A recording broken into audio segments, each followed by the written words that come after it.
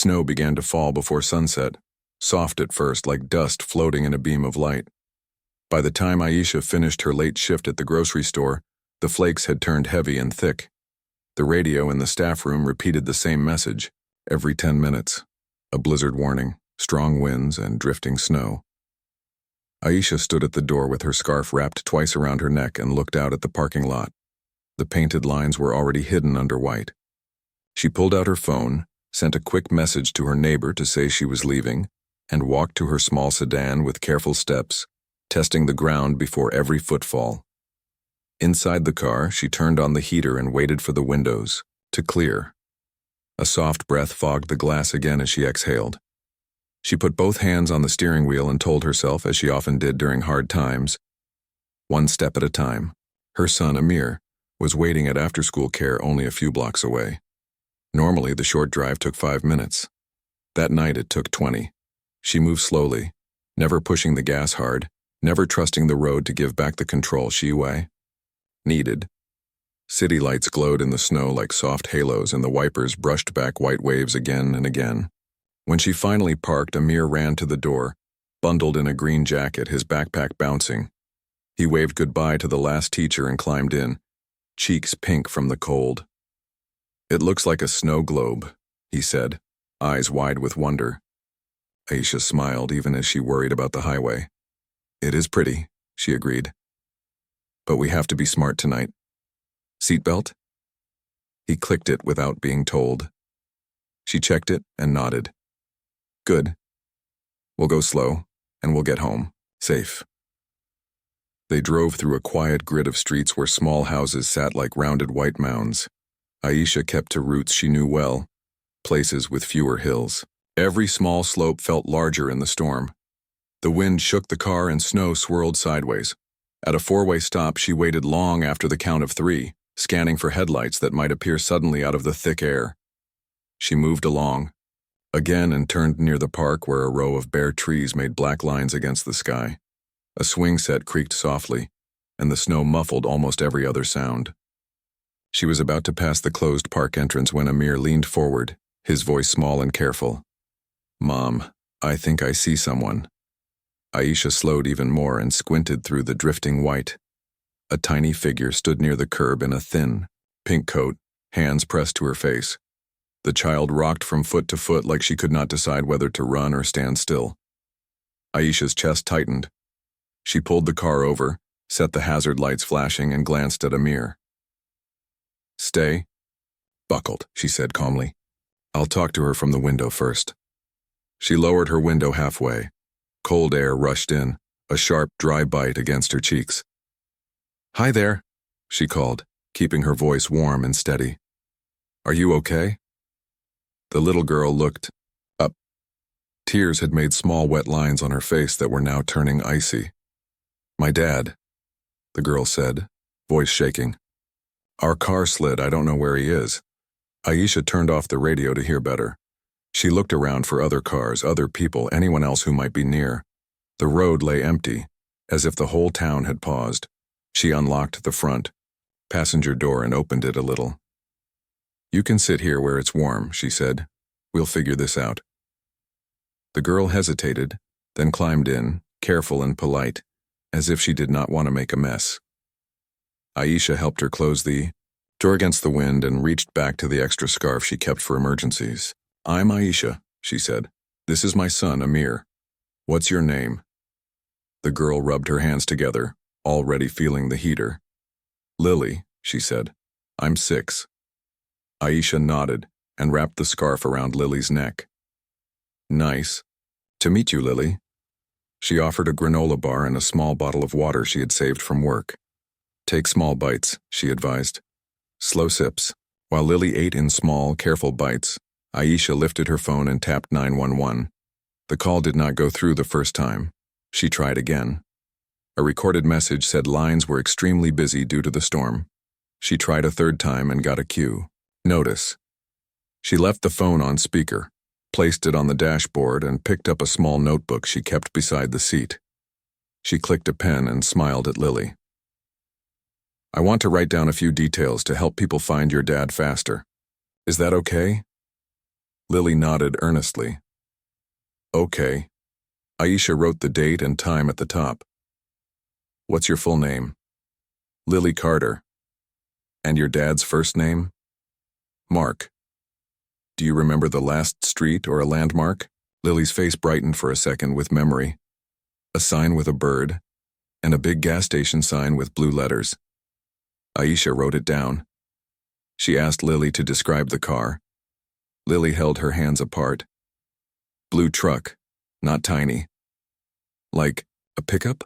Aisha asked gently. Lily nodded. With a little dent in the back. The storm threw more white against the windshield, and the wipers kept time like a calm heartbeat. Aisha checked her mirrors and the tailpipe in the rearview camera to make sure no snow was building up when they idled. She turned the engine off for a few minutes to save fuel, keeping everyone tucked under warmth from blankets in the back seat. She had learned that trick years ago from a winter safety pamphlet and had never forgotten it. Amir leaned toward Lily with a smile. Do you like puzzles? He asked. I like puzzles. Lily sniffed and nodded. Me too. Aisha felt a tiny pocket of peace open in the car.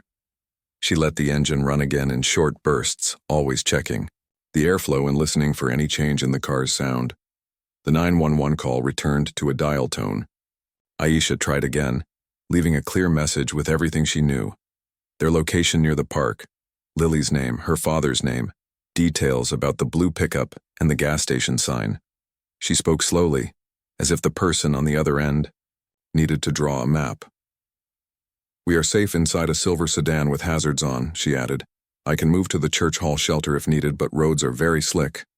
She ended the call with a calm, thank you, then opened a neighborhood chat app. She typed, found a little girl named Lily near Winter Park, pink coat. Says dad is in blue pickup, possibly off-road, wind strong. Anyone seen a truck near? Bird sign or blue gas station sign? Within a minute, 3 responses appeared with small heart icons. One neighbor asked for a cross street. Another said the plow had just passed the main boulevard.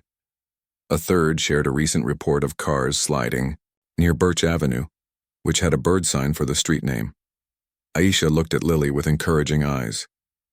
You did great giving details. A lot of people are helping already. Lily blinked and whispered, thank you. Aisha showed her how to tuck hands into sleeves to keep warmth in. She poured a small cup of warm tea from the thermos she kept under the seat and blew on it to cool it a little. She gave it to Lily carefully, hands around the cup so it would not spill. Sip slowly, she said. Lily took a tiny sip, then another. Color returned to her cheeks. Aisha glanced at Amir and raised her eyebrows, their silent family signal for, how are you? He grinned and gave a small nod, then pulled off his green hat and offered it to Lily without words. Lily's eyes softened. You can keep it for now, Amir said. I have my hood. The hat was a little big for Lily, but it made her smile. Anyway, a soft honk sounded through the storm and a large blocky shape moved past on the main road. A snowplow, its lights swirling like a small lighthouse, slowed as the driver noticed Aisha's hazards. The plow stopped a few car lengths ahead, and the driver raised a gloved hand through his window, asking if help was needed. Aisha opened her window again, just enough to speak. We found a child, she called. Her dad is missing. Blue pickup may be off the road near a gas station sign. The driver listened, eyes focused, and pointed toward the church hall where emergency cots were set up. He mouthed, shelter, and made a phone sign with his hand, then pointed in the direction of Birch Avenue with a questioning look. Aisha nodded and pointed to Lily, then to her notebook, making it clear she had details. The driver gave a thumbs up and tapped his radio. A moment later, he honked twice, a simple code to say he would alert patrols and keep an eye out. The car shook with a new gust, and the world outside turned to a gray-white blur. Aisha started the engine again for a few minutes and checked the fuel gauge. She did a quick mental chart: fuel, time, warmth cycles, and the time it might take to move to the shelter. She did not want to drive if the tires could not grip, but she also did not want to sit too long if help was closer to the shelter. She decided to wait for the next lull. While they waited, She led a quiet game to keep Lily from thinking only about the cold. "Let's make a list of warm things," she said. "Hot soup," Amir offered. "Sunlight on a porch," Aisha added. Lily's voice grew steadier. "A soft blanket." They built a small mountain of warm images, and the car seemed to hold them like a cup holds tea. When the wind eased for a moment, the radio returned with a weather update. Whiteout conditions would continue for another hour. The announcer's tone was calm and kind, which helped. Aisha hummed a song from her childhood, and soon the three of them were softly singing. The sound filled the small space with a gentle rhythm. Lily leaned her head back and closed her eyes for a moment, holding the cup with both hands. Aisha used the calm minute to check her messages again. The neighbor who had mentioned Birch Avenue now shared a photo from earlier that afternoon, a blue gas station sign with Brig across the street. A stree. Cold air pushed into the car as Aisha opened the door a little. The wind felt like a hand moving across her face, firm and impatient, but she stayed calm. She kept one hand on the doorframe and held the small flashlight low with the other hand. The beam lit the ground in a soft circle, showing snow piling up in ridges like tiny waves. She did not step away yet. She listened. The storm made a deep, steady sound, but beneath it she heard that faint horn again. 3 short calls, then silence. She answered with what she had. She blinked the hazard lights 3 times in the same rhythm, then waited. 3 little flashes of red and orange reflected off the snowflakes like tiny sparks. For a moment, there was nothing.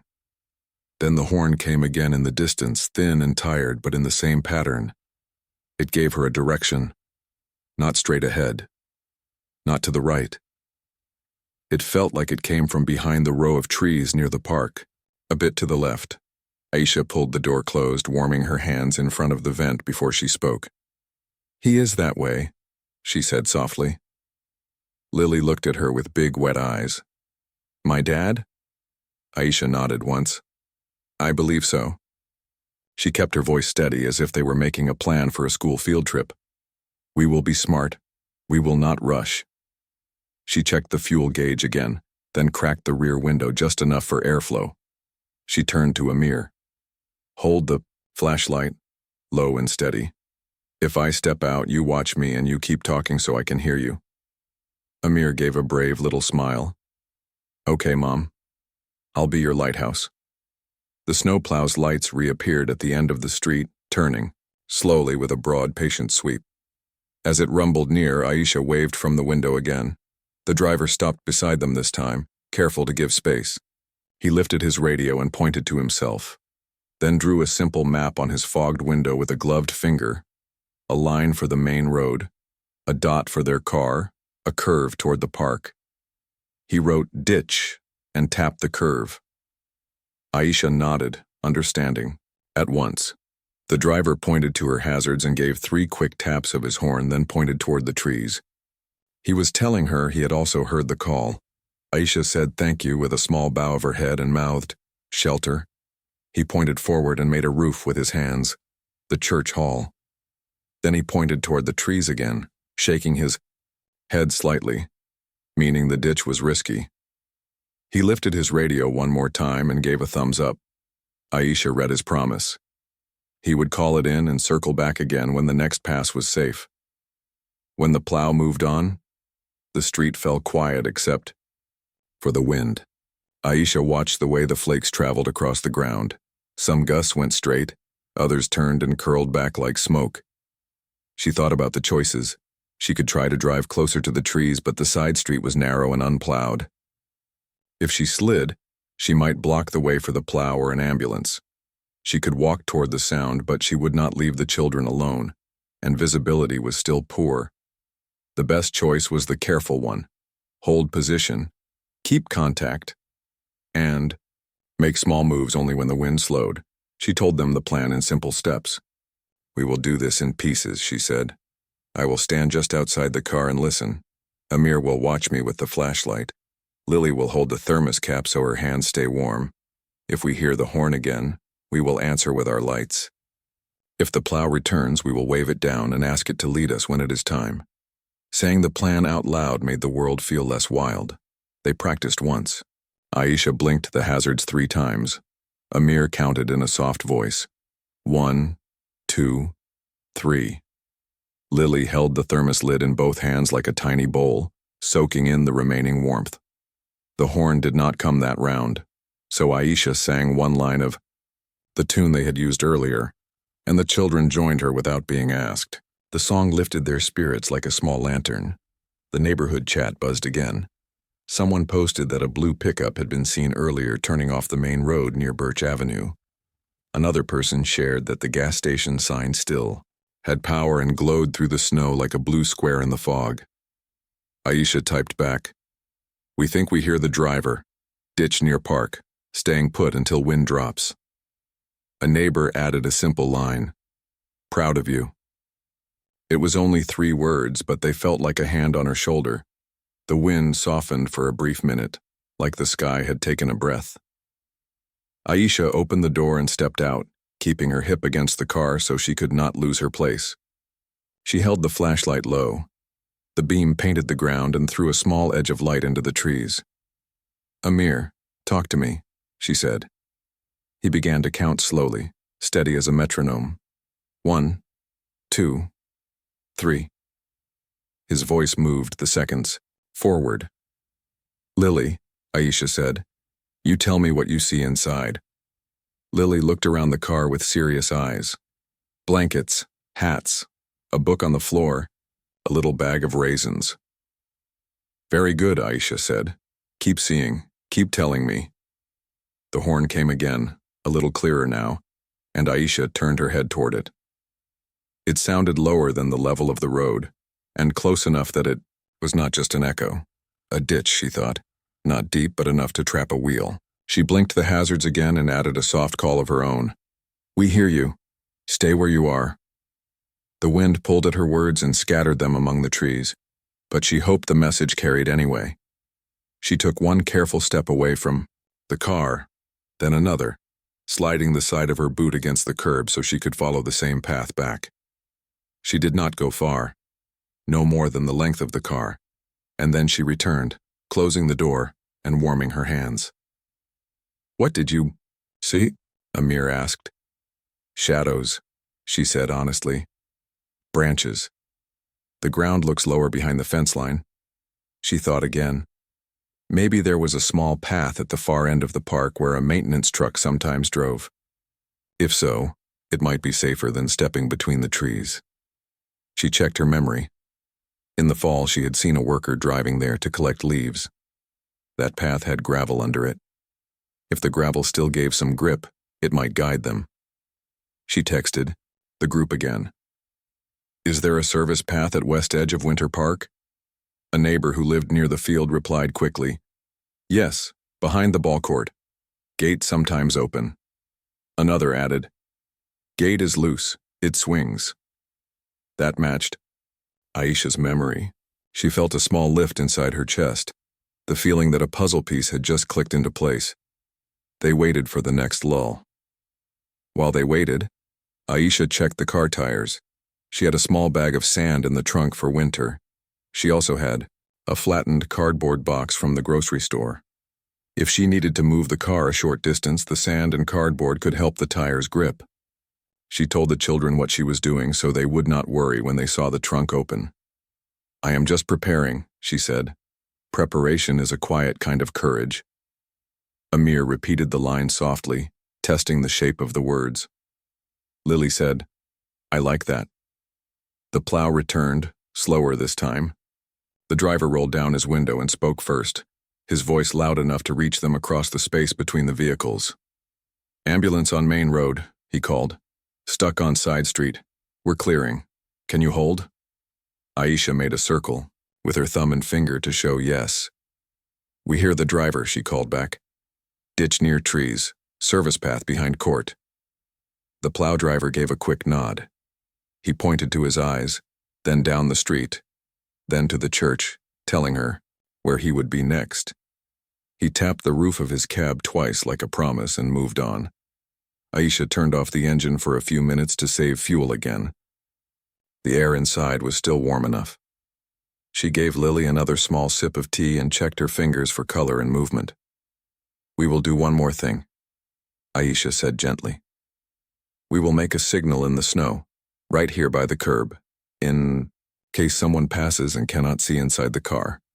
She took a dark car floor mat from the back and laid it on the white snow near the rear wheel, then placed the small reflective triangle from her trunk beside it. It made a tiny island of dark and bright in the white street, a simple sign that said, "Here we are." The horn sounded again. This time it had a wobble, like the person pressing it felt weak. Lily squeezed the thermos lid. "Dad," she whispered, and her breath shook. Aisha touched her shoulder softly. "We hear him. He is staying near his truck and using the horn to help us. That is smart. We will help him soon." She blinked the hazards again, and just to add one more line of connection, she flashed the high beams once. In the space between gusts, she thought she saw something beyond the fence, a darker shape against the dark, a shoulder of metal catching a scrap of light. It was gone in the next flurry, the way islands vanish in fog, but she had seen enough to make a picture in her mind. The angle of a pickup nose down, the tail a little higher, caught in the edge of the ditch. She knew what would come next. They would need to guide him by sound and light. They would need to keep the children safe and warm while making a short, careful path for the adult to climb, one step at a time, holding on to something solid. But that would come when the wind fell again, and when she had one more set of eyes, helping. She looked up the street, hoping to catch the plow's lights as it looped back. To keep heart steady, Aisha began a small game. "Tell me 3 strong things about yourself," she said to Lily. "Anything." Lily looked surprised, then thoughtful. "I can run fast. I can read. I can help my grandma bring groceries." "Good," Aisha said, smiling. 3 strong things about you, Amir?" He grinned. "I can do math problems in my head. I can make tea. I can fix the wind slowed and the world seemed to listen. Aisha waited one more breath, then spoke to the children with a calm voice that made even the storm feel smaller. "I will go a short distance," she said. "I will not leave your sight. Amir, count slow and steady so I always hear you. Lily, you can be our timekeeper. Every 10 numbers, tap the cup once so we know we are moving in a rhythm together." The plan made the moment feel safe. She tied the bright scarf to the car door handle, a marker flag to show her exact place in the white street, and slipped the flashlight loop around her wrist. She kept the beam low, held the side of her boot to the curb, and stepped toward the trees. Amir began to count soft and sure. 1, 2, 3. Lily tapped the thermos lid at 10 with a tiny sound that felt like a heartbeat. Aisha moved to the corner of the fence, found the loose gate by touch, and pushed it open, just enough to slip through. The service path had a thin crust of ice over old gravel. Her boots found small bits of grip where stone still showed. She kept one hand on the fence, the other on the flashlight, and moved no faster than the count. The horn came again, closer, now, and she paused to answer with 3 clicks of the light. From the dark came a voice, weak but clear. "Here, down here." She reached the end of the fence and shined the light along the ground. The shape of the blue pickup appeared at last, nose down against the ditch, tail lifted a little like a big animal that could not stand up yet. Snow had packed around the front tires. The driver's side door sat crooked and would not open. Through the side window she saw a man in a winter jacket with his seatbelt still on. His face was pale. A small cut on his forehead had dried in the cold. He lifted one hand at the light, then let it rest again as if it was heavy. "Mark?" Aisha called gently, not wanting to startle him. "My name is Aisha. Your daughter is safe in my car with my son.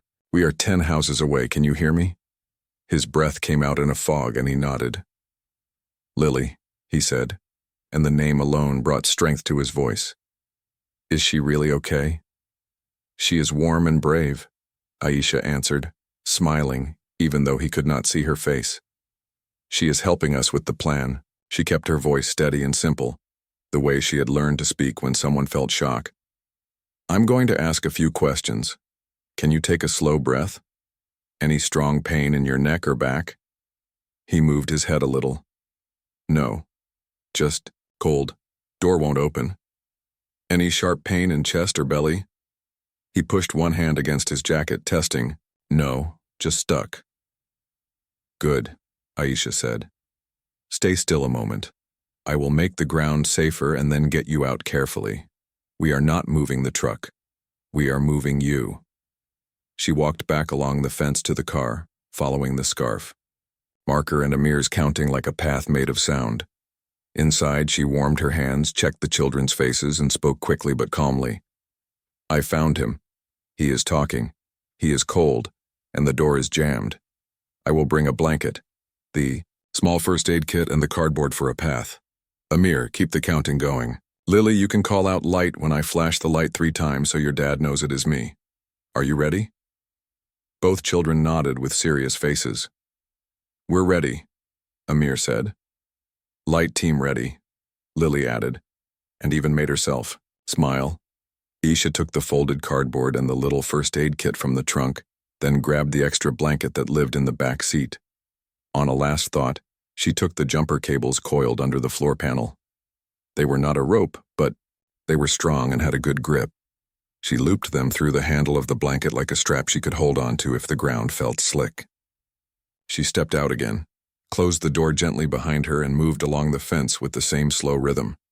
The flashlight beam did not dance. It traced the ground like a careful pencil.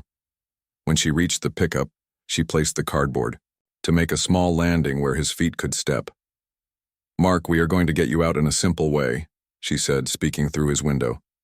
Can you roll the window down? He tried and found that it moved a little with a cold squeal. It's stiff, he said, but I can get it a few inches. That's enough, she replied. She lifted the blanket edge through the gap and shook it out inside like a small tent, trapping a pocket of warmer air while he worked on his seatbelt. Seatbelt button stuck, she asked. It clicks, he said, the sound sharp in the still air. I'm free. Good. Turn your body slow. Slide toward me, feet first if you can. The ground is close, I put cardboard under it. He moved with the slow, careful effort of someone who had been cold for too long. A small sound escaped him as he stretched, half relief, half fatigue. The blanket held the heat near his face and hands. He eased his legs out of the window, found the cardboard with his boots, and then, with one more push, he was kneeling in the snow beside the truck. He swayed. Aisha stepped close but did not pull. She offered the jumper cable loop, like a handle. Hold this, she said. We'll stand up together. 1, 2, up. They rose slowly. He steadied himself with one hand on the truck and one hand on the loop.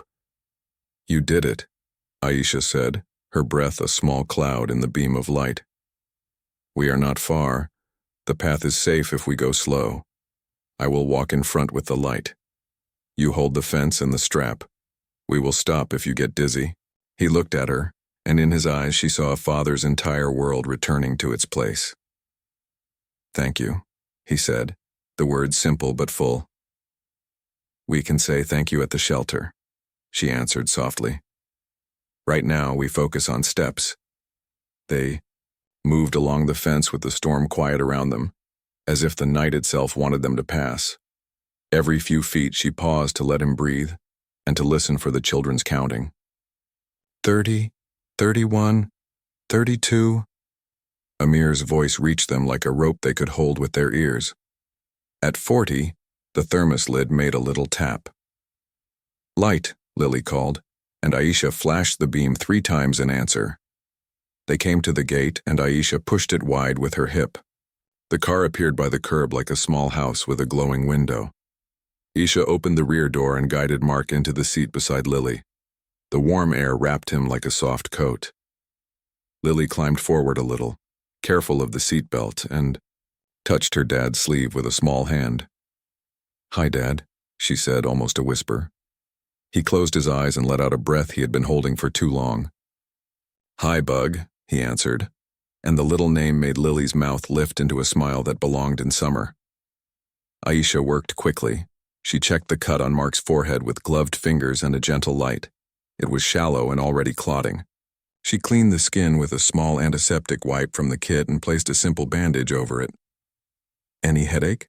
she asked. "A little," he admitted. "Any confusion? Do you know your name and the day?" "Mark Carter," he said, softly. "Friday night. Big storm." "Very good," Aisha said, nodding. She gave him a tiny sip of water and tucked the blanket around his shoulders. She glanced at Lily. "Would you like to be the hand warmer?" Lily happily slipped her hands into her dad's and rubbed them gently to bring color back. Amir handed over his hat again for a better fit, then grinned when it slid down over Mark's eyebrows. The snowplow's lights appeared once more at the top of the street, a slow-turning beacon. Aisha turned the engine on, checked the exhaust, airy on the camera, and raised her window to wave. The driver pulled alongside and saw the man in the back seat. He lifted his radio, said a few words, then leaned out the window.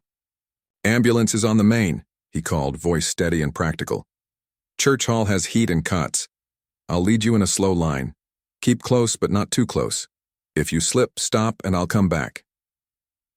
Aisha gave him a thumbs up. "Thank you," she said. "We're ready." She fixed her mirrors, set her hands at 10 and 2, and waited for the plow to move. When it did, the street ahead became a narrow, safer path. The plow cleared heavy ridges and spread grit that scratched gently under the tires.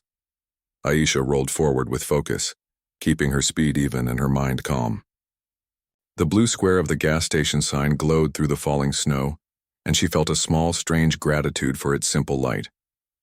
Inside the car, Lily told her dad the story in small pieces. The pink coat, the scarf, the granola bar, the counting, the light taps. Mark listened with his eyes closed, a smile lifting one corner of his mouth every time she said a small, brave detail. "She was amazing," Amir added. "We made warm pictures and a snow signal."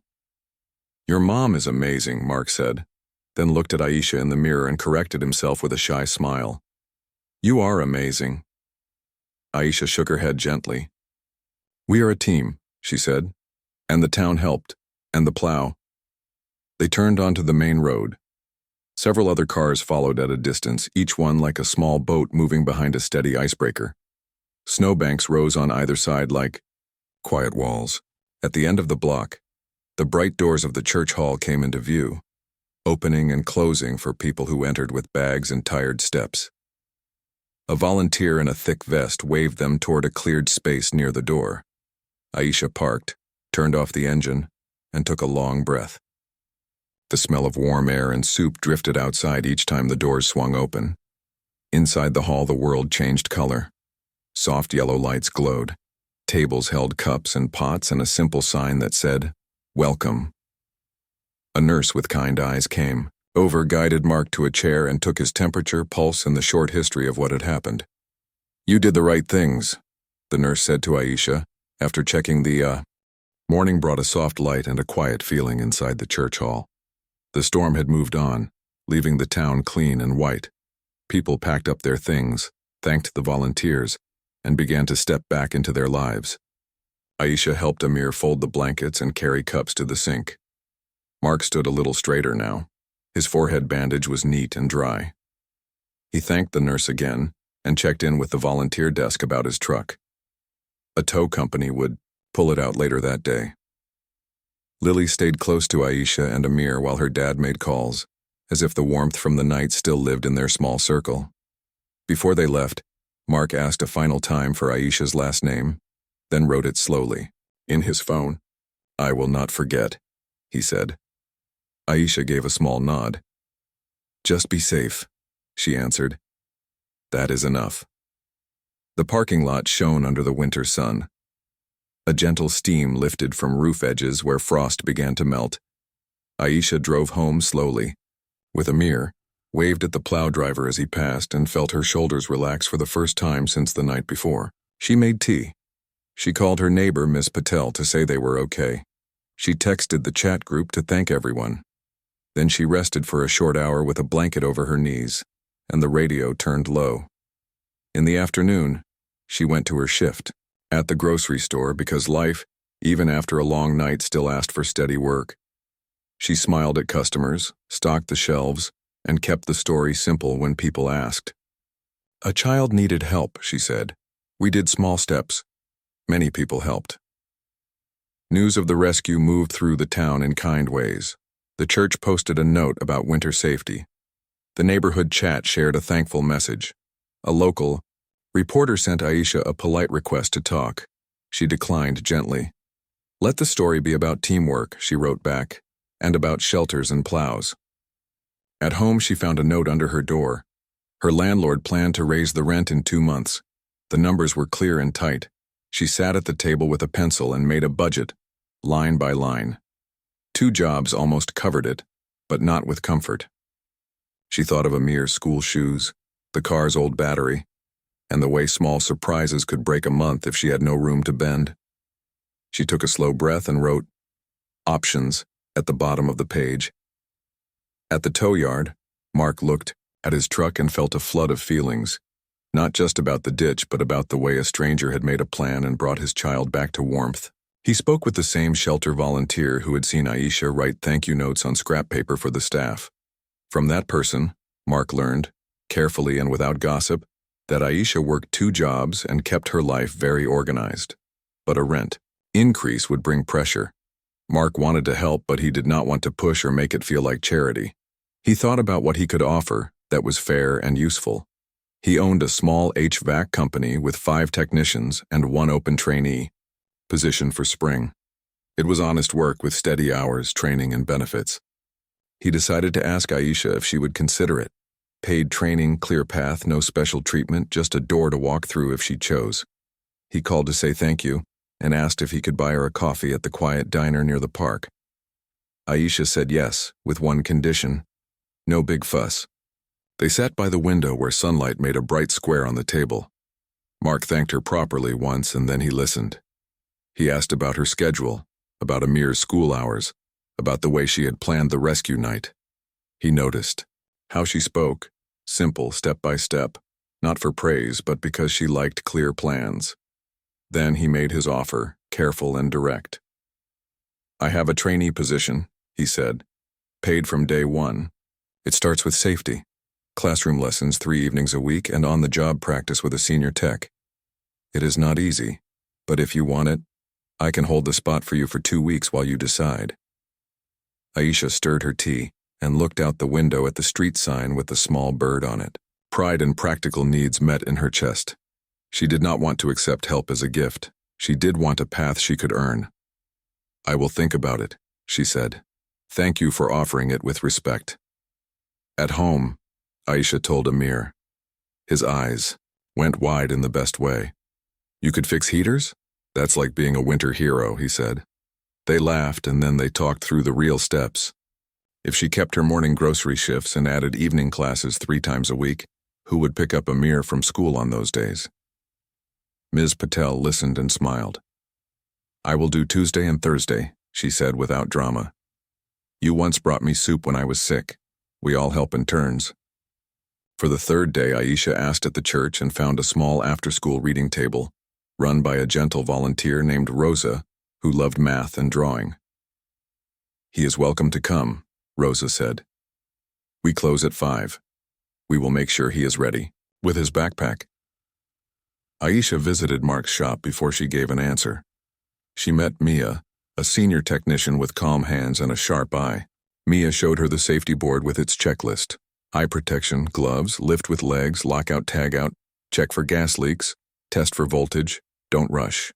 Simple steps. Each one mattered. She watched a tech change a furnace filter and saw the small cloud of dust that rose when the old one came out, the clean rectangle of the new filter sliding in like a promise of better air. She looked at the apprentices studying a wiring diagram with bright lines and simple shapes. She asked how tests worked, how schedules worked, how time off worked for school events. She asked about pay during training. She asked about growth after 6 months. Mia answered each question clearly. "We like people who ask questions," Mia said. "People who ask questions stay safe." She accepted the position 1 week later, with a written schedule and 2 clear boundaries. She would work morning shifts at the store for a month while she started training in the late afternoons, and she would move fully to the company after. The first exam if she passed. Mark agreed and put it on paper. There were no favors. There was respect. The first week of classes began with safety videos and simple tool names. Aisha learned the difference between a multimeter and a manometer. She practiced turning off a unit and tagging it so no one could turn it back on while she worked. She learned to read a thermostat wire diagram like a sentence. At home, she made flashcards and taped them to the kettle in the fridge. Amir quizzed her while he ate toast. Red to R, he said. Green to G, she replied, laughing. White to W, yellow to Y. They made a game of it. The second week, she went out in the field with Mia. They cleaned a heat exchanger, replaced a worn belt, checked a vent, and explained small things to customers in simple English so they did not feel nervous. Aisha watched how Mia stood, balanced, not hurried. She copied the way Mia placed tools back in the bag in the same pocket every time. She liked the order. She liked the way a noisy, tired heater could become a quiet, sure friend again after careful work. She liked the way people relaxed when they understood what was happening in their own home. You have a good way with people, Mia said. That will carry you when the math gets tricky. It was not easy. On the third week, Aisha arrived late once because the car would not start in the cold. She stood in her coat with her hand on the hood and laughed once to keep from crying. Then she called the shop, explained, and took a deep breath. Mark did not scold. We have an old battery in the back, he said. Employee price is low. We can install it after class and we can spread the cost over 3 paychecks. Aisha agreed, grateful for the fair plan. She kept a notebook of every small debt and marked each one off when it was finished. She liked to watch the list grow, shorter. There were study nights where her eyes felt heavy and the words on the page swam. On those nights, the church reading table became a study corner for 2. Amir did his homework at one end. Aisha did hers at the other. Rosa brought them warm cocoa and smiled like a quiet light. The plow driver, she learned his name was Ben when he dropped off a box of safety cards one afternoon, stopped by once. With a simple winter checklist he had typed up, check tailpipes after snow, keep a blanket in the car, keep a flashlight by the door. You already know all this, he said shyly. But sometimes it helps to have a list. Aisha pinned it to a corkboard and nodded. Lists help, she said. They turn worry into work. Lily and Amir became weekend friends. They built a small fort out of couch cushions and called it the Warm House. At school, Lily drew a picture of a blue pickup and a car with hazard lights, and at the top she wrote, in big, careful letters, Safe now. Mark noticed the drawing on the fridge and felt a soft shake in his chest. Not fear, but a kind of thankful awe for how close people can stand for each other when it matters. He did not speak about it often, but he began to think about practical ways to make storm nights safer, not just for his own family, but for others too. He made a note in his phone. Simple winter kits? Then he put the phone away so he could focus on getting dinner ready. Aisha's first exam came at the end of the 4th week. She woke early, made tea, and read her flashcards one last time. At the test table, her hands trembled a little. She breathed in and counted to 5, just like she had taught Lily to do in the car. She read each question slowly, underlined the verbs, and checked her work. When she turned in the paper, she felt light and empty, like she had poured out everything in her mind. She walked outside, looked up at the winter sky, and smiled. Spring came to town with soft rain and clean light. Snow piles shrank into small islands along the curb, and tiny green shoots pushed up in the parks. Aisha's days found a steady rhythm.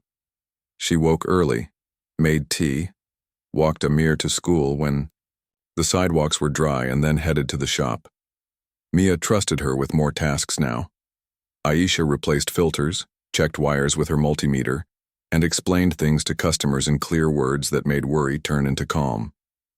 She liked the feeling of finishing a job, wiping her hands and hearing a quiet heater hum like a cat in the next room. On weekends, she still worked a few hours at the grocery store, but not from pressure now, more from loyalty and habit. Her budget looked better. The rent increase came and she handled it. She paid the battery note off and set aside a little bit each month for surprises. She even bought a small tool bag of her own, with a firm handle and pockets that made sense. Amir loved to help her clean it.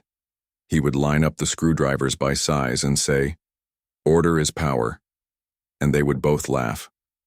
Mark kept his promise to make the trainee path real and fair. He updated the training calendar, wrote down clear steps for each week, and asked Mia to review it so it felt right in the real world, not only on paper. He did not treat Aisha like a symbol. He treated her like a worker who earned each step, and that respect changed how she walked into the shop each morning. Lily continued to draw pictures of safe roads and warm houses. She taped one more drawing to the fridge, a big blanket wrapped around a small stick figure with a smile. At the top, she wrote, "Warm kits." The idea that had been small inside, Aisha's mind grew into a plan she could hold. It started with a list on a paper napkin: blanket, hand warmers, small flashlight, whistle, granola bar, water pouch, a bright scarf, a reflective triangle, and a simple safety card with clear steps. She brought the napkin to Mark and Mia and asked, "Can we make 10 kits and give them out at the church before next winter?" Mark read the list, nodded, and said, "We can make more than 10. Mia added, "And we can teach a short class on how to use each item." They brought the idea to the church hall coordinator, Rosa, who ran the after-school reading table. Rosa smiled with kind eyes. "Yes," she said. "We will give you tables and a big coffee pot. We will ask the school to share the event in the newsletter." Ben, the snowplow driver, stopped by the shop to drop off extra safety cards and heard about the plan. He rubbed the back of his neck and said, "I can ask my team for broken triangles and mirrors. We can clean them and make them useful again." The plan had many hands now, and it felt good. Summer arrived. The kids made chalk drawings on sidewalks. Aisha studied for her next exam and passed again, steady as a drumbeat. She learned how to check for gas leaks with soap bubbles and how to read charging charts for air conditioning units. In July, Mark stood by a town meeting microphone and suggested 2 simple changes near the park: fix the loose gate and add 2 bright posts near the ditch so drivers could see the drop early. The town agreed. By August, the gate had a firm latch and 2 white posts with reflective bands marked the curve like tall, kind guardians. As the leaves turned, work on the warm kits began in a corner of Mark's shop. Aisha set up an assembly line with boxes and labels. Mia wrote a simple instruction card in large, clear letters: check tailpipe, crack a window, run engine in short bursts, keep hazard lights on, stay warm, call for help, listen for plows. The last line might have sounded funny to someone far away, but in their town, it made perfect sense. Amir designed the card's back side, a tiny map with shelter addresses and a blank space to write a neighbor's phone number. Lily drew a small bird in the corner, like the one on the street sign where they met that night, and colored it with a blue pencil. "For luck," she said. Donations arrived in quiet ways. A customer dropped off a case of hand warmers with a note that read, "For the brave mom who made a plan." A teacher brought 6 fleece blankets her class tied together as a project. The grocery store offered a discount on granola bars. Aisha asked to pay full price, but the manager waved his hand and said, "Please, you were the one who always stayed late to face the shelves straight. Let us help." She accepted with a grateful bow of her head. Accepting help felt easier now that she saw it as a circle. Give when you can, receive when you need. October's wind returned with a new edge. On a Saturday morning, the church hall buzzed with soft energy. Folding tables stood in rows, and baskets held each item like ingredients for a special recipe. A sign near the door said, "Warm kits, take one if you need one, learn how to use it." People came with children in coats and people came alone with careful eyes. Aisha welcomed each person with the same words: "You are not late. You are right on time." Mia held up each item and showed how to pack it so it all fit without stress. Ben demonstrated how to place the reflective triangle behind a car at the right distance. Rosa poured cocoa. The town felt like a big, warm room, not because of the temperature, but because of the way people stood close and made space for one another. Aisha kept the safety talk simple. She told the story, not as drama, but as a chain of steps. She showed, the scarf tied to the car handle as a marker. She tapped the hazard switch 3 times and explained the "I hear you" rhythm. She pointed to the tailpipe on a cardboard cutout of a car and made people laugh by saying, "This is your car's nose. Let it breathe." Laughter opened hearts, and when hearts opened, the steps went in and stayed. They packed 100 kits that day. The last one on the table was Lily's. She added a tiny drawing of a sun in the corner and whispered, "For hope on cold days." Aisha put that kit in the front of the box on purpose, so it would be given to the first person who arrived late and thought everything was gone. Sure enough, a woman came in at the last moment, cheeks pink from rushing, and Aisha handed her the box with Lily's sun. The woman smiled with her whole face. "It is perfect," she said. "Thank you." Winter returned with a soft first snow, the kind that covers rooftops like frosting and makes streetlights glow. Aisha now wore her company jacket with her name stitched over the pocket. The shop gave her a fixed schedule that worked with Amir's after-school program. She and Mia became a smooth team. Quiet comments, quick handoffs, no need to repeat. Customers asked for them by name. Mark watched from the office sometimes, not to judge, but to learn what it looks like when a plan changes a life, and a life changes a plan. He hired another trainee, a young parent Mia recommended from a community class. He set the same fare, rules, and gave the same clear support. One evening in December, a small event took place at Amir's school. It was called Future Work Day. Parents were invited to talk about what they did. Aisha stood in front of a whiteboard with her tool bag on the desk. She showed a filter, a thermostat, and a simple circuit drawing. She said, "I fix heaters and coolers. I keep homes safe and comfortable. I was not always a technician. I learned step by step." She looked at the room and saw 3 girls lean forward. "You can learn a trade," she said. "You can ask questions. You can be careful and strong at the same time." Afterward, one girl came up and said, "I didn't know I could do this." Aisha smiled and replied, "You can. Start with 1 step." By late December, the first big storm warning of the season went out across town. This time, the shelves at the grocery store did not empty in a panic. People grabbed what they needed and left extras for others. The church hall checked cots and filled the coffee urn. The plow team had fuel and rest. The ditch near the park wore its 2 white posts like a bright necklace, and the gate held firm under wind. Aisha loaded the van with a stack of warm kits. For drop-off points, the library, the gas station with the blue sign, the school office, and the clinic. Mark carried the last box and set it in the back beside a coil of jumper cables and a shovel. He looked at Aisha and said with no big speech, "I am proud of this." She nodded. "Me too." They made their deliveries with the kids in the back, passing hand warmers like candy and sharing stories from last winter in small pieces that warmed the air. At the library, the head librarian taped the "Take One" sign near a display of winter books. At the gas station, the clerk put the kits behind the counter and said, "People will ask, and we'll say yes." At the clinic, a nurse tucked 2 kits under the front desk and whispered, "For the night shift." On the way home, they drove by Winter Park. Snow fell in slow, steady lines. The 2 posts by the ditch glowed back the van's headlights. On the far side, the church hall lights shone through the windows, soft as a lullaby. Aisha slowed at the corner, not to worry, but to look and feel that old story turn into a new one. She thought of the scarf around the car handle, the counting, the horn, the cardboard path, the blanket, and the hand that took the jumper cable strap. She thought of the soup steam rising in the shelter and the pen line where Mark wrote her name so he would not forget. She thought of Mia's calm voice, Rosa's cocoa, and Ben's safety cards. It did not feel like one hero's tale. It felt like a quilt. Many pieces, many hands, one warm thing. At home, Amir added a new paper to the corkboard above the table. It was his own checklist for storms. Charge phone, fill thermos, put warm kit in car. Tell neighbor where you are. Going. Breathe slow. Be kind. The last line made Aisha pause. She read it twice and touched the paper with